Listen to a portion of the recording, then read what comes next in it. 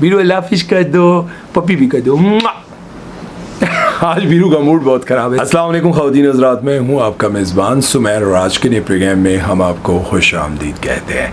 दोस्तों आज भी हमारे पास बहुत ज़बरदस्त किस्म की अपडेट्स हैं, बहुत ज़बरदस्त किस्म की ख़बरें हैं। लेकिन सबसे पहले मैं ये कहना चाहता हूँ कि जिन लोगों ने मुझसे पूछा कि आप 4-5 दिन से कहाँ गायब हैं, आप सबका बहुत शुक्रिया। भाई मैं बहुत बिज़ी था, कुछ ख़रीदना चाह रहा हूँ यार, बस दुआ करें कि अच्छा हो जाए आप सबकी दुआओं से। खैर बात करेंगे आज की अहम ख़बरों के बारे में। सबसे पहले हम बात करेंगे साकिब चद्दड़ के बारे में, जिनको एक बार फिर से एक बहुत बड़ी एक्ट्रेस ने एक्सपोज किया है। उनका नाम है जी अरूबा मिर्ज़ा। अरूबा मिर्ज़ा ने उनके स्क्रीनशॉट्स दुनिया के सामने लाए हैं और कहा है जी कि साकिब चद्दड़, जिनका मोमना इकबाल के साथ पहले भी बहुत बड़ा मामला हो चुका है और बहुत सारी चीज़ें सामने आ चुकी हैं। अरूबा मिर्ज़ा ने स्क्रीनशॉट पे लगाया जिसमें साकिब चद्दड़ कह रहे हैं जी हेलो, आगे से कहती हैं यस।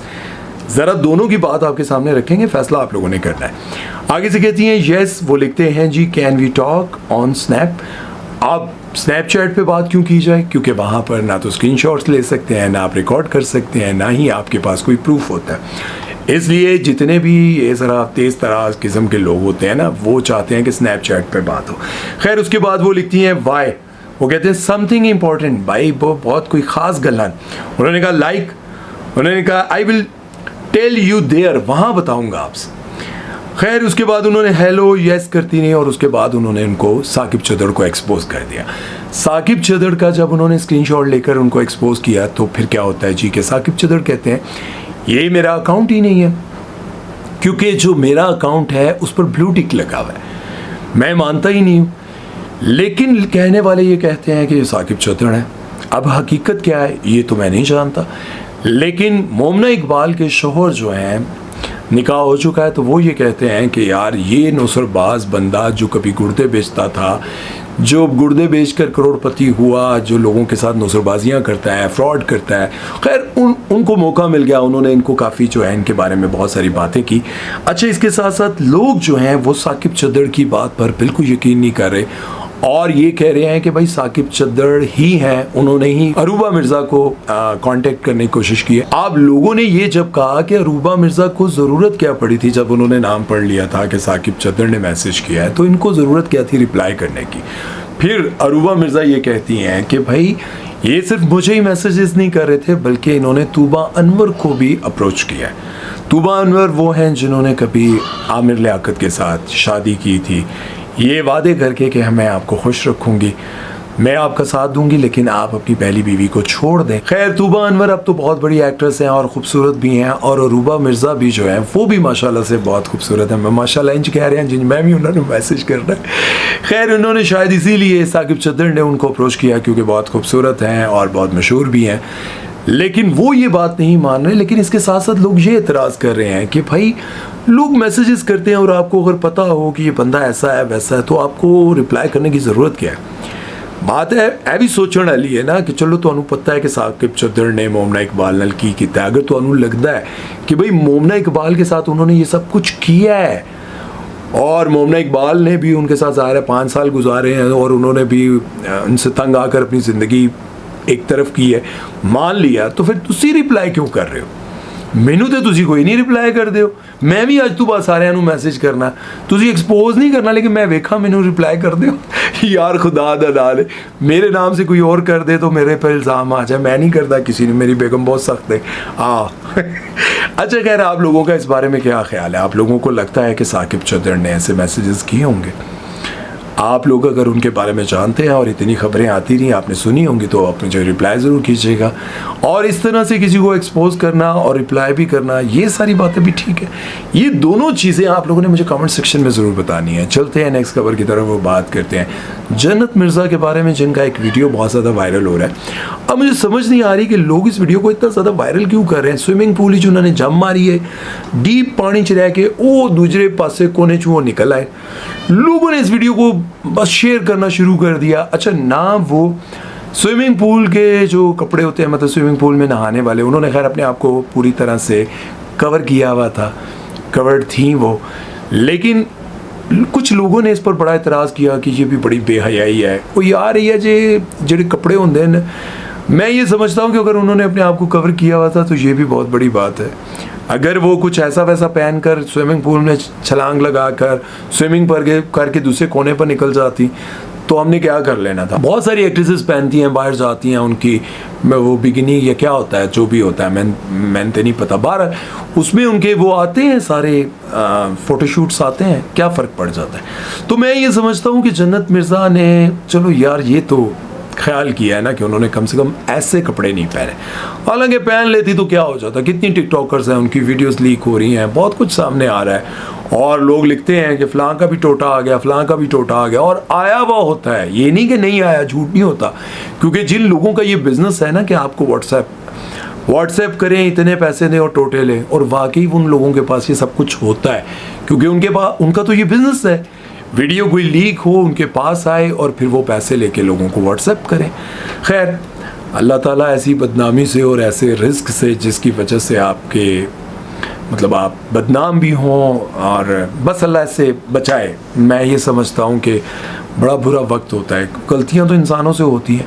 बहरहाल इस बारे में आप लोगों की क्या राय है? खैर, चलते हैं नेक्स्ट खबर की तरफ। वो बात करते हैं जी पड़ोसियों के बारे में, यानी कि हिंदुस्तान वालों के बारे में। तो हिंदुस्तान के बहुत सारे फ़नकार जो हैं वो पाकिस्तानी ड्रामों की बड़ी तारीफ़ करते रहते हैं, और आजकल एक एक्ट्रेस हैं जिनका नाम है शहनाज गिल, वो बहुत ज़्यादा वायरल हो रही हैं, और उनके पॉडकास्ट में सिर्फ बातें थी पाकिस्तानी ड्रामों और पाकिस्तानी एक्टर्स के बारे में। आप लोग हैरान हो रहे होंगे कि भाई इंडिया की वो एक्ट्रेस जो बिग बॉस से हिट होती हैं, कभी वो मोटी हुआ करती थी, आजकल बहुत स्मार्ट हो रही हैं, और उनके एक पॉडकास्ट में उनकी जो बातें थी ना वो सबको हैरान कर गई। वो कहती हैं कि जो पाकिस्तानी ड्रामे हैं उनका कोई मुकाबला ही नहीं है भाई, बगैर टच किए जो उनका रोमांस है ना, हाय हाय, मतलब हम ये सोचते रहते हैं कि यार करीब आ जाए ना यार, इतनी मोहब्बत करते हैं, करीब आ जाए। तुसी ए मशवरा ना दिओ सानू, करीब आ जाओ, साढ़े ते तरसे बैठे जे, इन्हां नू तो बस मौका चाहिए है। लेकिन खैर, वो ये कहती हैं कि भाई वो चाहते हैं कि जब हम उनका रोमांस देख रहे होते हैं ना, जैसे वो कहती हैं कि मैं ड्रामा आजकल देख रही हूँ मेरी ज़िंदगी है तू, उसमें ज़ाहिर है हानिया आमिर और बिलाल, उनकी जो केमिस्ट्री थी उसको देखते हुए वो सोचती हैं कि काश यार इन दोनों का मतलब हग हो जाए, एक दूसरे को गले लगा लें, क्योंकि ज़ाहिर है लड़ाई झगड़ा, फिर नफ़रत के बाद मोहब्बत, और फिर मोहब्बत जो है इतनी शिद्दत से, ये सारी चीज़ें देख के वो कहती हैं कि हमें लगता है कि नेचुरल हम कुछ ऐसा देख रहे हैं, कोई ड्रामा नहीं देख रहे बल्कि हकीकत देख रहे हैं। तो वो ये सारी चीज़ें देख कर ना बहुत तारीफ़ें कर रही थी। उनसे पूछा गया कि कौन कौन से ड्रामे आजकल आप देख रही हैं, वो कहती हैं कि एक तो ये मेरी ज़िंदगी है तो ये देख रही हूँ, और उसके बाद उन्होंने ये भी ड्रामा, उसकी भी बड़ी तारीफ़ की, कभी मैं कभी तुम। ज़ाहिर है वो ड्रामा था जिसने बहुत सारे रिकॉर्ड्स लगाए, और फ़हद मुस्तफ़ा काफ़ी सालों के बाद वापस टीवी पर आए, मतलब टीवी पर वो शोज़ वगैरह तो करते रहे, लेकिन ये जो ड्रामा था इसमें वो काफ़ी अरसे के बाद आए थे।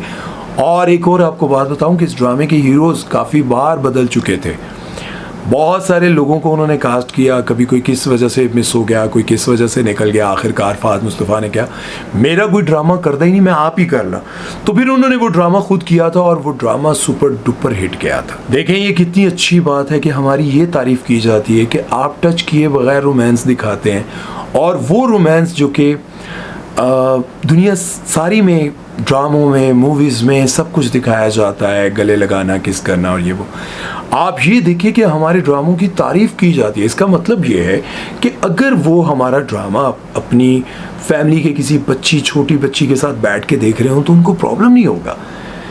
और हमारे लोग चाह रहे हैं कि हमें किसी तरह से इजाज़त मिले और हम ये पूरी तरह से रोमांस करता हुआ दिखाएं, क्योंकि आप सभी को पता है कि आजकल हमारे ड्रामों में बहुत ज़्यादा कोशिशें की जा रही हैं। हमारी एक एक्ट्रेस हैं जिनका नाम है जुगन कासिम, वो कहती हैं अगर मेरे कंट्रोल में होता तो मैं पूरी तरह से इजाज़त दे देती कि भाई दिखाओ, ताकि मियाँ बीवी ये देखकर एक दूसरे के दिल में उनके लिए मोहब्बत जागे। यार तक की मोहब्बत जागनी है। मोहब्बत के लिए आपको अगर कोई कहानी ऐसी दिखाई जाए ना कि आप अपनी बीवी को किस तरह से खुश रख सकते हैं, थोड़ी है कि रोमांस तका के तुसी बीवी इंज खुश रखना है नहीं, लंबा ही कोई मामला हो जाना है, डिस्कशन कर रहे हैं। खैर ये नहीं है। अब ये वीडियो मैं चाहता हूँ कि किसी तरह से ना उन सिंगर्स तक पहुँच जाए जो पाकिस्तान के लिए बहुत ज़्यादा भौंकते हैं यार, पाकिस्तान की बहुत बुराइयां करते हैं। एक वो है जो बहुत ही बेसुरा ऐनक वाला, मुझे तो बिल्कुल भी अच्छा लगता, तो उसका नाम भी लेना अच्छा नहीं लगता। कुछ दिन तक मैं अपने मेन चैनल पर वीडियो बनाऊंगा जिसमें मैं आपको बताऊंगा कि इंडिया के कौन कौन से बड़े स्टार्स पाकिस्तानियों से, पाकिस्तानी ड्रामों से, पाकिस्तानी एक्टर से मोहब्बत करते हैं, लेकिन कुछ ऐसे भी हैं जो पाकिस्तानियों से बेइंतहा नफरत करते हैं और अपने हर पॉडकास्ट में पाकिस्तान और पाकिस्तानियों की बुराई करते हैं, बल्कि पाकिस्तान और पाकिस्तानियों को तकलीफ में देखना चाहते हैं। लेकिन हम हिंदुस्तानियों को कभी भी तकलीफ में नहीं देखना चाहते, क्योंकि वहाँ के रहने वाले लोग भी इंसान हैं। और एक इंसान वो जिसके दिमाग में सिर्फ ये बातें डाली जाए, ये हमारा दुश्मन है, वो हमारा दुश्मन है, उस बेचारे को क्या पता, उस बेचारे को क्या खबर कि कौन दुश्मन है। मिसाल के तौर पे ये छोटा सा बच्चा, ये छोटा सा बच्चा आ गया, छोटा, अच्छा वो देखो, ओ वो देखो सारे रो देख ले, अच्छा चलो सबको अस्सलाम वालेकुम कह देते। अच्छा ओके, बीरू आ गया जी, तो हम कभी भी नहीं, अच्छा बीरू आप उधर देखो ना, फिर सारे देखेंगे ना। अच्छा जी बीरू आ गया, बीरू बहुत आज दुखी है। हम कभी भी नहीं चाहते कि आप लोगों के बच्चे भी दुखी हो, हमारे बच्चे भी दुखी हो। हम इस दुनिया में हमेशा कोई भी नहीं रहेगा, ये दुनिया फ़ानी है और एक दिन ये दुनिया ख़त्म होनी है। बीरू जी मेरा बहुत प्यारा बच्चा है और अल्लाह ताला आपके बच्चों को भी सलामत रखे, हमारे बच्चों को भी सलामत रखे। आप अपने मुल्क में तरक्की करें, हम अपने मुल्क में तरक्की करें। और कहते हैं कि पड़ोसियों को एक दूसरे का ख्याल होना चाहिए, ना कि इन जैसे लोगों की वजह से जो आपके दिलों में नफरत डालते हैं, उन लोगों की वजह से आप लोग लड़ाई झगड़ों में अपनी ज़िंदगी तबाह कर दें। खैर उम्मीद है कि ये बातें आपको समझ आई होंगी। अपना बहुत सारा ख्याल रखिएगा, दुआ में याद रखिएगा। बीरू अल्लाह हाफिज़ कर दो, अल्लाह हाफिज़। बीरू रोई क्यों कर लेते वो बता दो ना। बीरू अल्लाह हाफिज़ कर दो, पप्पी भी कर दो। आज बीरू का मूड बहुत ख़राब है। चलें जी, अपना ख्याल रखिएगा, दुआ में याद रखिएगा। सुमैर चौधरी को दीजिए इजाज़त, अल्लाह हाफिज़।